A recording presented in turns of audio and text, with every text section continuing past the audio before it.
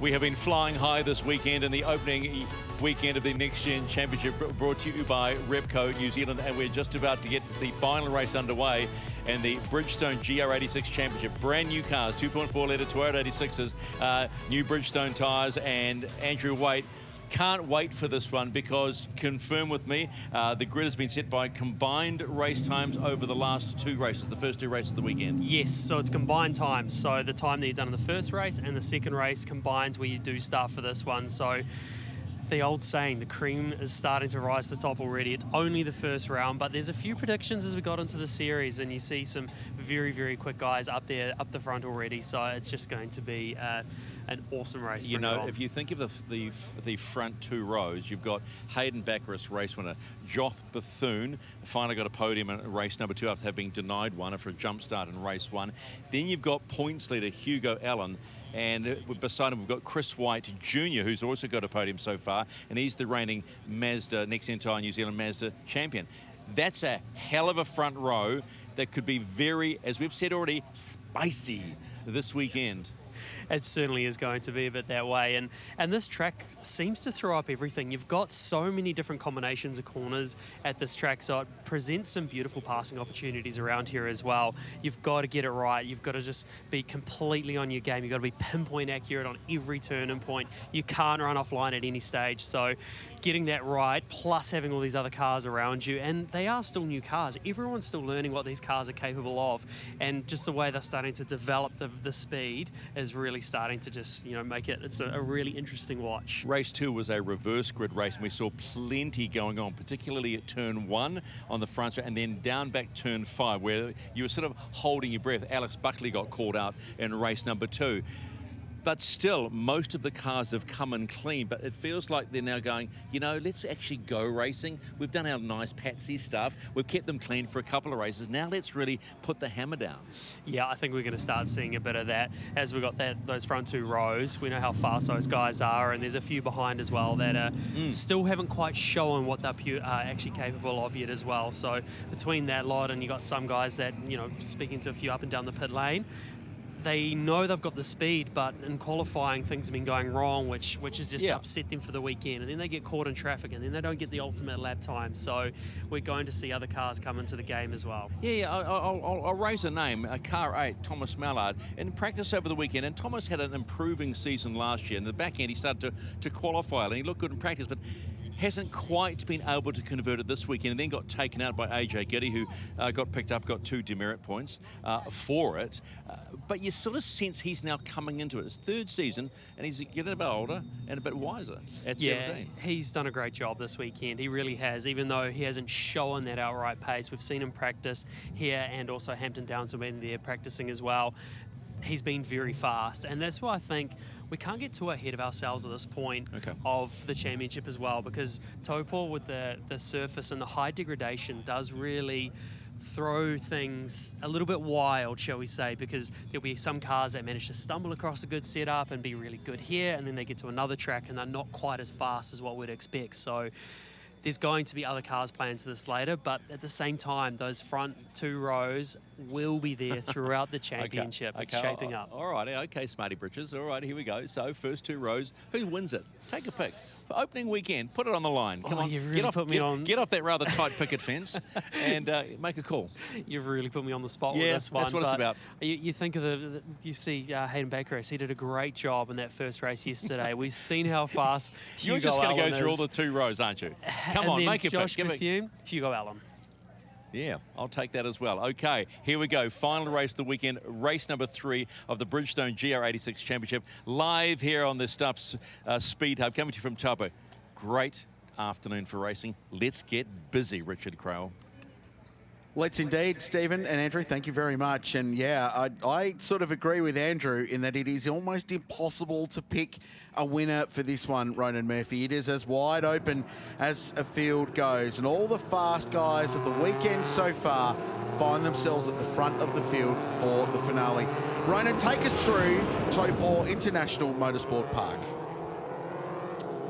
Yeah, well, Taupo Motorsport Park's an interesting one, Rich. It's down at turn 1. It's a very tight technical corner. You want to get a good exit off there, but you don't want to end up too wide, because then you've got to come back across the track for turn 2, which is really what starts the elevation up all the way. That spreads all the way up to turn 4. So you want to get a good flow through turn 2, use a bit of the curb, use the apron at turn 3 to make sure, again, you don't go too wide on the exit, so that you can get the car back across, settle it, get up on the curb for turn 4, down into the hard braking zone for turn 5. We've seen, you know, over the weekend, a few people going off around the turn, between turn 4 and 5, so you want to be really careful there.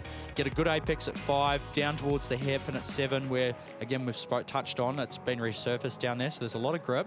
Get the power down all the way up through turn 8, make sure the car's not too much of a handful. Come up to A1 corner, the fast, flat right-hander. Get through there, getting up to the straight down towards turn 11, which is probably the one of, if not, well, yeah, turn 11's probably the biggest, turn 12's probably the biggest braking zone, but turn 11, really big braking zone, and it's critical to get the power down right, coming down the big back straight that's famous here at Taupo Motorsport Park. So here's how they line up. Hayden Baccaris and Josh Bethune have been the star performers, along with Hugo Allen this weekend. Chris White out of P4, Cooper Barnes and Zach Blinko out of the 3rd row of the grid. Arthur Broham and Cormac Murphy goes out of 8 alongside Alice Buckley.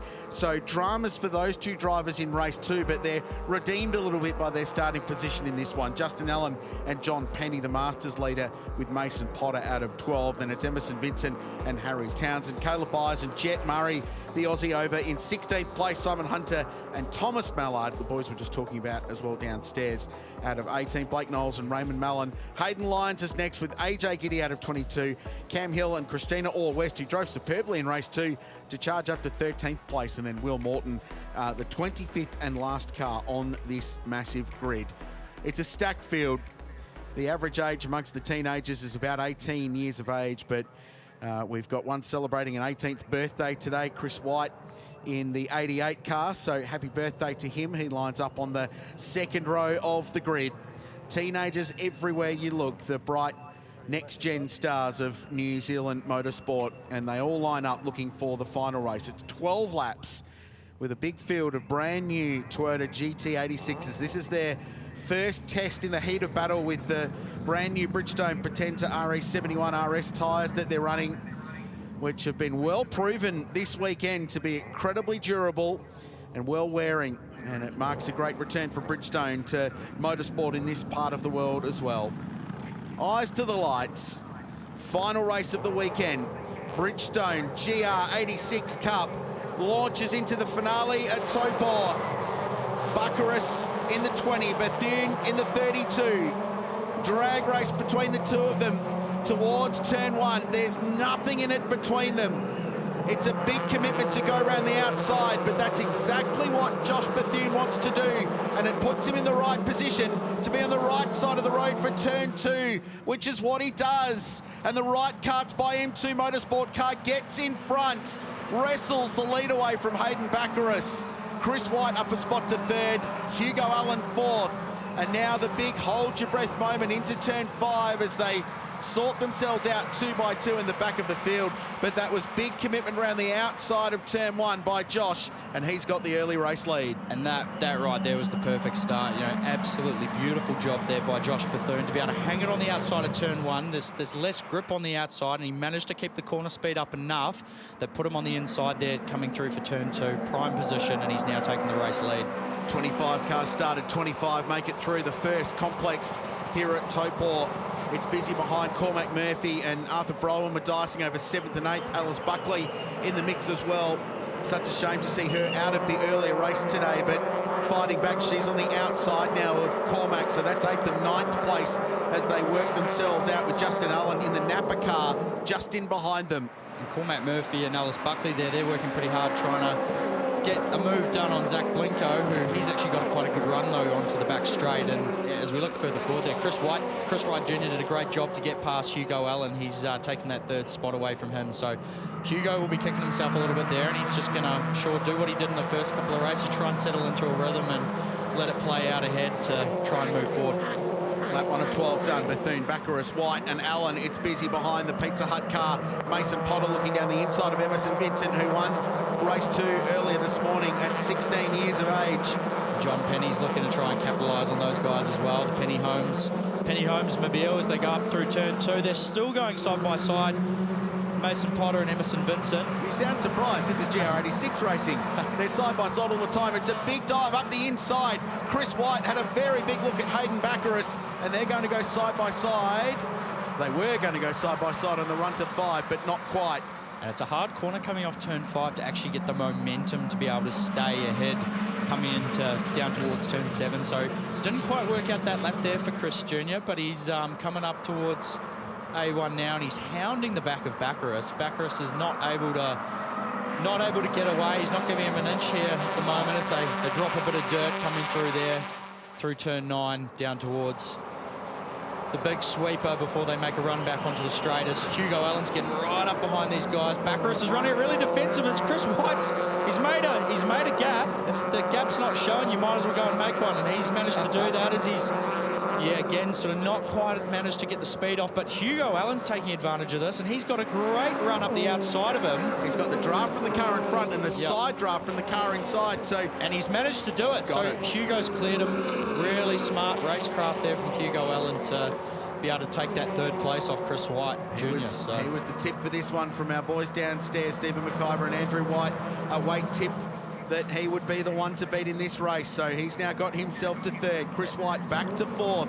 Great racing, though. There was definitely some bumper bar involved up there at 11, though. Yeah, there was definitely a little bit of door-to-door, and actually Arthur Braun's done a brilliant job. He's there in 5th place, so he started a couple of rows further back than where he is now, so to be up into 5th place is a great job from the Mackenzie Motorsport driver, and he's looking to try and chip away at these guys up ahead.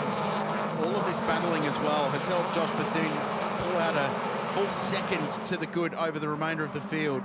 So he's been able to gap this battling pack, and while they continue to squabble over 2nd, 3rd, 4th and 5th position, he's in the ideal position to put his head down and drive away. 1:41.6 last time by, and that was comfortably quicker than anyone else on the racetrack. I was talking to Hugo after that last race, and he will be absolutely desperate to try and get past Baccaris, to try and charge after Josh Bethune. I know he wanted to try and come away from this weekend with a race win, so he's going to be doing everything he can. Baccaris has got it covered there, though. He's really good down at turn 11 at running it quite defensive, and he still gets a really good exit, makes the apex at the second part of the corner, and he puts the power down really well down the back straight. But as we saw before, Hugo made a really good move on Chris White Jr. going down the back straight. He's actually got quite a good run this lap. Not quite probably enough to make a pass, but he's at least showing the nose, letting Hayden know that he's there, and he's going to capitalise if any mistakes are made. There was an enormous screech of tyres through turn 9, and I think it was the race leader. Josh Bethune had a really big slide, but lucky he's got that 1 second margin. So 3 done. Bethune, Baccaris, Allen, White and Bryan, the top 5. Cooper Barnes, the Aussie, racing over here for the first time in this spec car in 6th position. Zach Blenko 7th. Cormac Murphy doing a great job in 8th place. Alice Buckley the same in 9th, and Justin Allen rounding out the top 10. John Penny can shuffle back a little bit in this one. He's 13th. He still leads the Masters class. And also from the back of the field, Christina Allwest up to 21st. Worth touching on the vastly experienced driver in the 55 car who's made a little bit of ground in this one. Yeah, and as we see there, the top 9 cars on the last lap, Richard, were all in the 141s, and Hayden Baccaris was the standout of that with a 141.1. So he was pretty lightning on that last lap, and he's obviously, Hugo Allen's really given him a hurry up. Hugo Allen did a 141.2 on that last lap, so they were about a 10th or 2 quicker than Josh Bethune was in the last lap. So a 10th's a 10th at the end of the day. They are making inroads rather than losing ground to him, but I'm sure Hugo, based off how his car sort of went in those last couple of races, he's clearly got some speed to burn. As we're looking at John Penny now, the master coming down towards turn 11. He's very, very experienced, probably the most experienced driver in the field here at Taupo Motorsport Park, and we saw this morning he had a great result, finishing 4th place. Yeah, and only lost a podium in the final corner, and basically the drag race to the start-finish line. Drove superbly there. He's got Harry Townsend behind, Mason Potter in the Pizza Hut car in front. They're the leaders. The brilliant drone shots give you an idea of how tightly bunched the whole field is. It's only 14 seconds covering all 25 cars at the moment as we work our way to lap 4. And things just settle down for a moment, and Cooper Barnes looks to try and find his way past and into the top 5 in the 186. He's from Port Macquarie on the coast in New South Wales, just north of Sydney. He's been racing in Excel Racing since he was 14, great one-mate category over there, and GR86 in Australia for the last season, and was actually running in the top 10 on the streets of Surfers Paradise in their final round, Ronan. Unfortunately, ended up being put into the fence quite severely there, but he showed good pace there, and he's looking forward to the opportunity to run on the Bridgestone versus the tyre they use in Australia.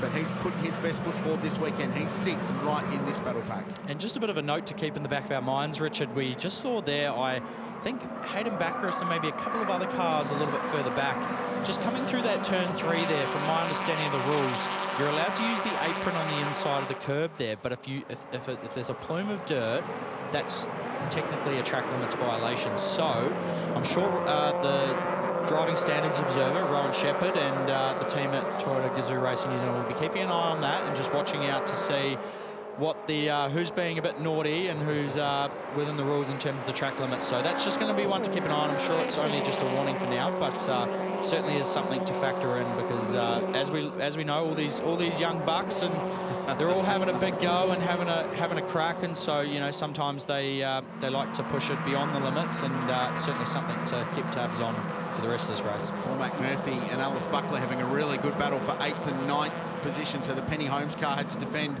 on the run down the straight, and they're going into turn 1 now. Cormac puts his car down the inside. Buckley, the Castrol AC Delco entry, looking to go around the outside. Could open up the door for a little over-under on the run into turn 1 and 2. Some battles going on behind them as well. And again, another plume of dust coming up through there, so certainly hey, they're pushing the limits, and that's what we love to see. So it's just something to keep tabs on going forward in this race. We can see race control from our commentary point here, and we're fairly impassive at the moment. No one overly agitated about what's going on. So I think they'll let them go for a little while. I don't want the grass torn up too beautifully. This racetrack has been so beautifully presented this weekend. The grounds team here, very small but hard-working. It's like a cricket oval. It's so nice on the infield. They don't want it torn up. Yeah, it reminds you a little bit of the MCG, doesn't it? Bit of TCG. TCG, yeah, that's the one. Exactly right. But as we see, we're coming down towards turn 11 again. Alice Buckley still putting Cormac Murphy under a fair amount of pressure.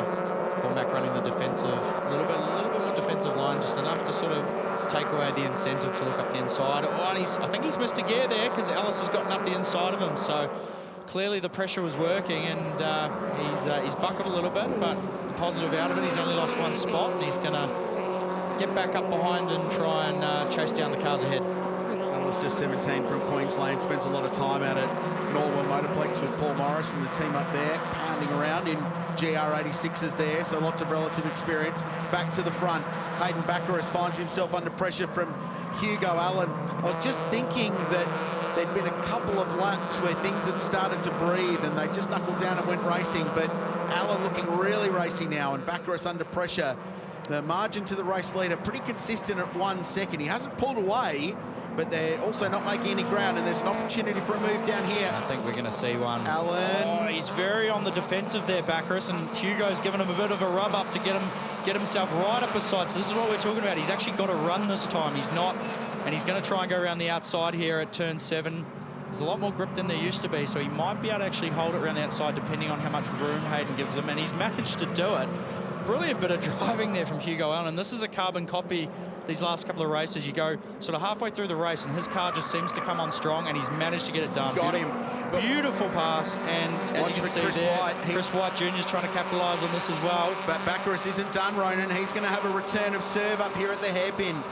Great racecraft between the two of them. A little bit of door banging, but it was all fair. Really good racing. Arthur Bryan and Cooper Barnes have been dragged into this as well. So Allen gets the spot. Really smart bit of driving there as well. You could see there just from that long camera shot, he actually braked the car quite early because he didn't want to go too deep because it might force him to go off that defensive line. Oh, as we've seen there, Raymond Mallon in the 34, he's had a bit of a moment, or maybe there was potentially some controversy, as we see a replay here. He's just, yep, too deep. Oh. So that's what we're sort of talking about before, you know, in the situation with Allen and Baccaris, just slowing the car up a little bit more so you can keep that tight line. Obviously, Raymond's there just unfortunately outbraked himself and ended up off the track. This battle's not done. Hugo Allen got the job done to get to second, but Baccaris is absolutely not letting him get away. Lap 7, half race distance, Bridgestone GR86s, and it's a great fight for second, third, and fourth place with Chris White kicking up the dust. And then Arthur Brome and Cooper Barnes in behind. And White's going to have a little bit of a look down here at 5, but Baccaris firmly keeps that door shut in the Endless Medals number 20. But the common denominator in all of this, Richard, is again Hugo Allen's pace. Sort of around lap 5, his car just seems to come alive, and he's obviously managing that tyre very, very well. And he's, you know, again, he's now in second place. He's already had 2 second places for the weekend.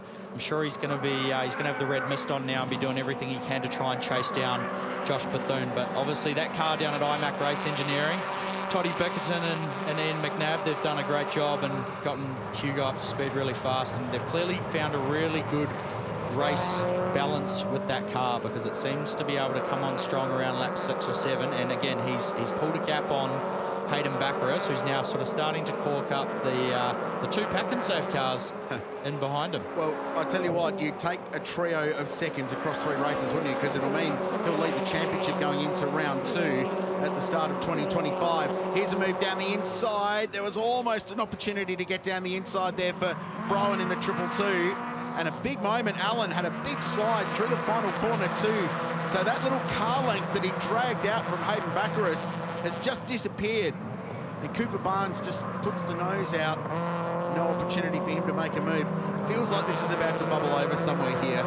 Yeah, and Arthur Braun had a real big look down towards turn 12 there. He thought the better of it and decided to pull back in, but he's certainly let Chris White Jr. know that he's there and he's ready to capitalise. So he's doing a great job. Cooper Barnes has actually caught up to the back of those guys as well. So he's sort of distanced himself from Zach Blinko and Alice Buckley, and Alice Buckley's actually gotten right up behind Zach Blinko. So she's starting to put him under a lot of pressure, and it's starting to bring Cormac Murphy and Emerson Vincent back into that battle as well. Cormac doing a nice job in 9th place. Having been passed by Alice Buckley a couple of laps ago, he's run with the AC Delco car and keeping the pressure on, and they're sort of linking themselves up with this freight train, and Zach Blinko in front in the 90 under pressure.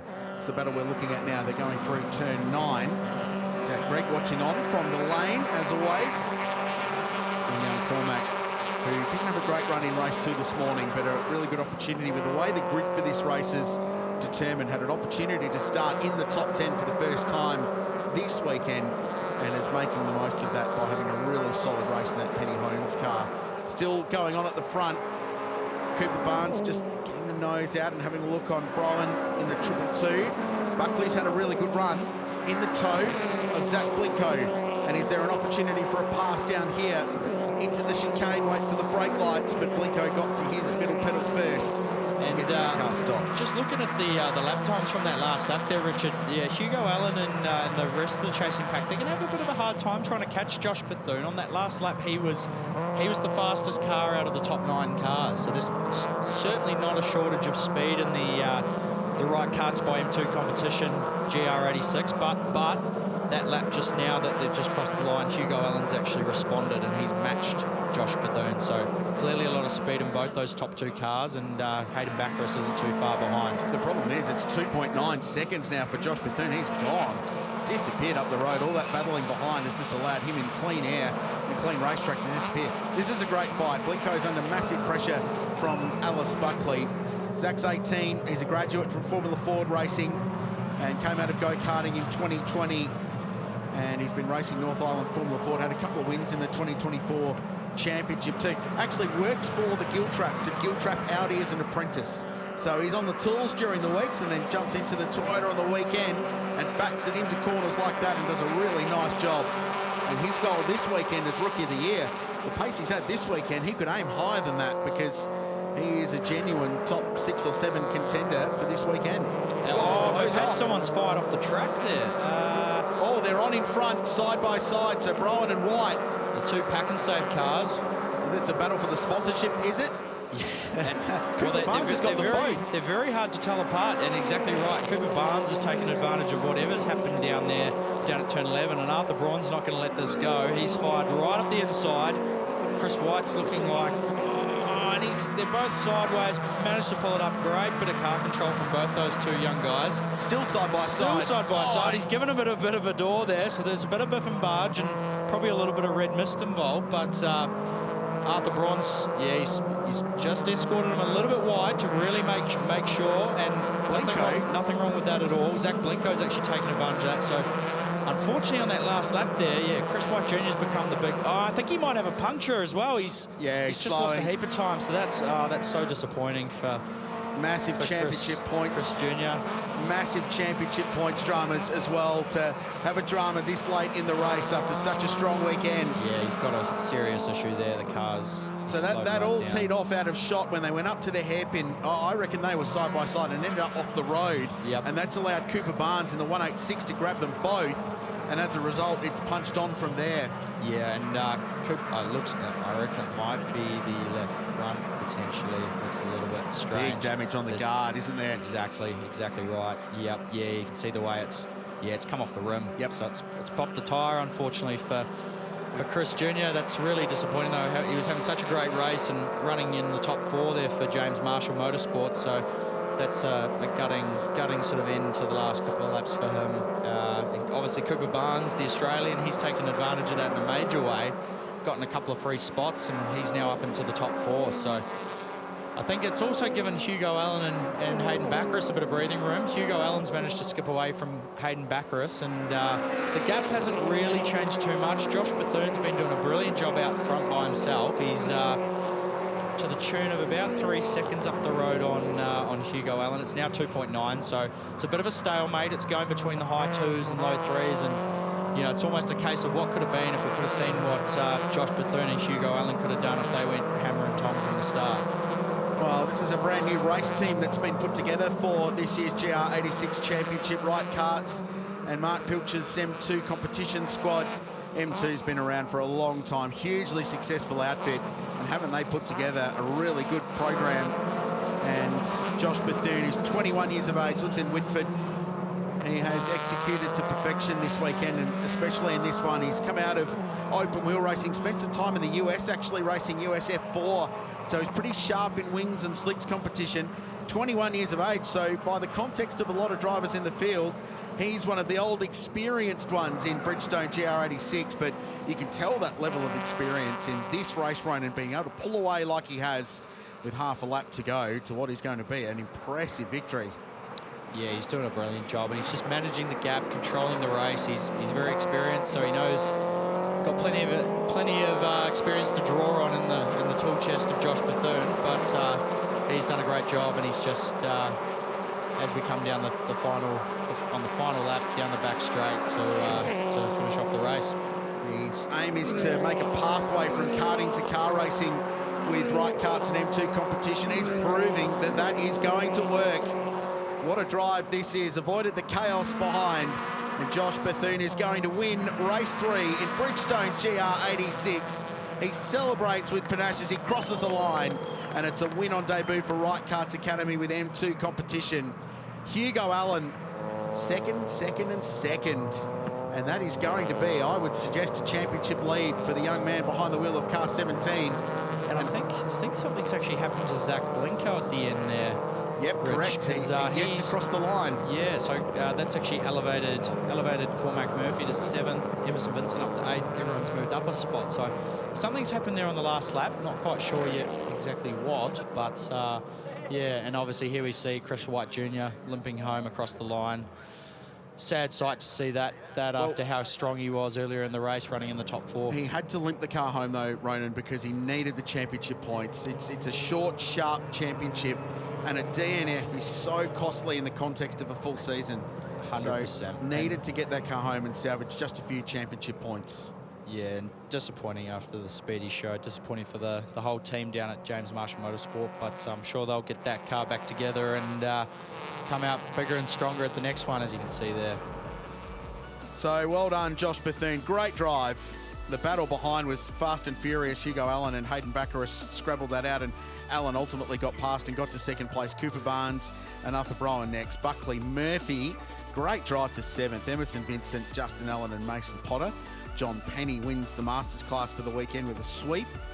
A few drivers here with stories to tell. Jet Murray ended up in 16th place. Christina Orwest charged up to 19th, which was a solid result in the end after a challenging weekend. AJ Giddy and Zach Blinko ultimately not classified in that one in car number 90. So what a challenge. Highlights, Bridgestone GR86. There were a few in this race. The finale for round 1 had it all going on, and it was a massive amount of commitment around the outside at turn 1 from Josh Bethune that ultimately would win him the race, Ronan Murphy, because he committed hard and it paid off when we got down here to turn 3 and 4. Yeah, and that was really what defined the race from this point forward. That was the race-winning move effectively, and really, really good, smart racing from Josh Bethune to have the tenacity to hold it on the outside there on the opening lap, and hey, he pulled it off and just really sort of set the scene of what's to come this season and the GR86 Cup. This was awesome racing. So good between Baccaris and Allen,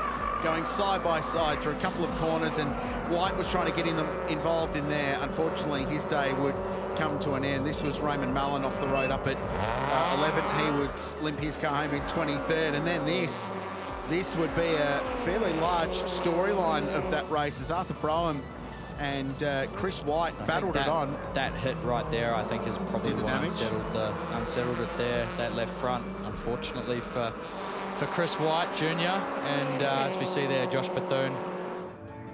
Unchallenged, out in front.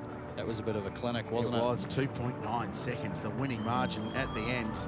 Domination in that while everyone battled behind. But what a start it's been for Bridgestone GR86 with a brand new car, a brand new tyre, so many variables, new teams in the championship as well, and a host of very, very fast new names all trying to make their mark. And boy, it's been incredibly competitive, Stephen. Looking forward to the celebrations for this one. Man, have we been treated? It sort of started off steady in race 1 now, and races 2 and 3 have certainly delivered in the Bridgestone GR86 Championship. P3 for race 3. Hayden Baccaris, you get the win in race 1. And, mate, what a way to start the championship, hey? Yeah, absolutely. Came into the first round and just really wanted to maximise points and just honestly finish every race, because we know it's a long championship, and, you know, being consistent is what's going to get you to the front. What was it like with Hugo right up your tail there? Oh, so difficult. The track inside the car was just so hot, and it was really hard to manage him behind. He was looking aggressive, had good pace on me, and yeah, he drove really well. Congratulations on a cracking start to the championship. Cheers, Stephen. All right, let's move on to P2. And, of course, that was Hugo Allen. Let me think. Race 1, P2. Race 2, P2. Race 3, P2. And methinks also championship lead going into round 2. Yeah, perfect. Getting a bit sick of finishing second, but yeah, look, we'll try and get first in the next one. But at the end of the day, it's first round, and we're just trying to haul some points, and I think that's a perfect way to start the season. Got to say, Hayden made that 86 quite wide for you to try and get past, didn't he? Yeah, I think it was good racing. We rubbed a couple of times, but I think it was fair on both ends. And yeah, it's cool to have that kind of stuff in the new car, and it's not costing us too much money because we're not bashing into each other too hard. But yeah, again, thanks to my team.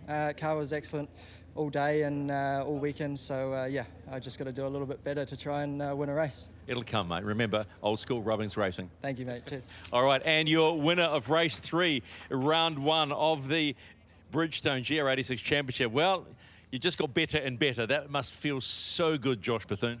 Yeah, it's been great. The boys at M2 competition by Right Karts have really made the most of the car. We've learnt a lot, and like with all 4 of the boys, we're moving forward in the right direction.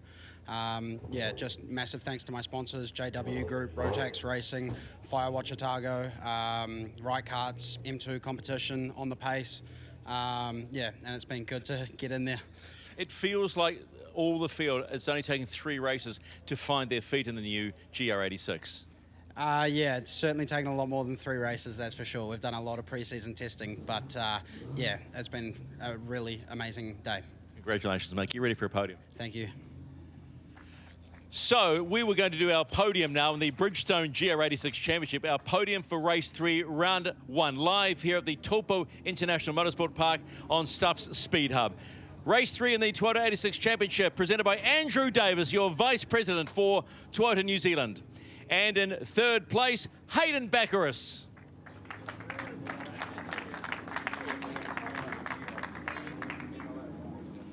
In 2nd place, his 3rd for the weekend, Hugo Allen.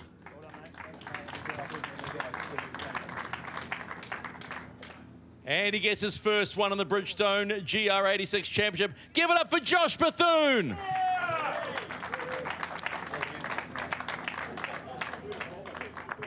And that is your official podium for race 3, round 1 of the Bridgestone GR86 Championship. Alrighty, gentlemen, thank you for your time. We'll now move on to the round winners for the Bridgestone GR86 Championship. Of course, it is round number 1 here at the Taupo International Motorsport. Again, trophies will be presented by Andrew Davis, Vice President of Toyota New Zealand. Your round 1 rookie winner. And your round 1 rookie winner is Emerson Vincent.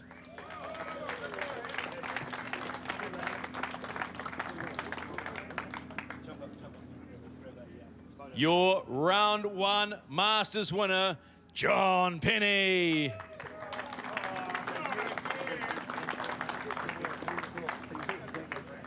And your round 1 overall winner, and going into round 2 will be the championship leader in the Bridgestone GR86 Championship. Give it up. Here's Hugo Allen. And that, folks, is your official round trophy winners for the Bridgestone GR86 Championship, round number 1. Those of you who are old enough may spray some champagne.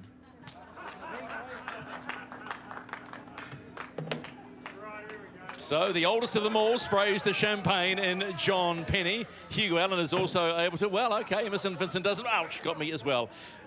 All right, get ready, folks, because we've got more racing still to come. We are not done with round 1 of the Next Gen New Zealand Championship, brought to you by Repco New Zealand. Stay with us live on the Stuff Speed Hub.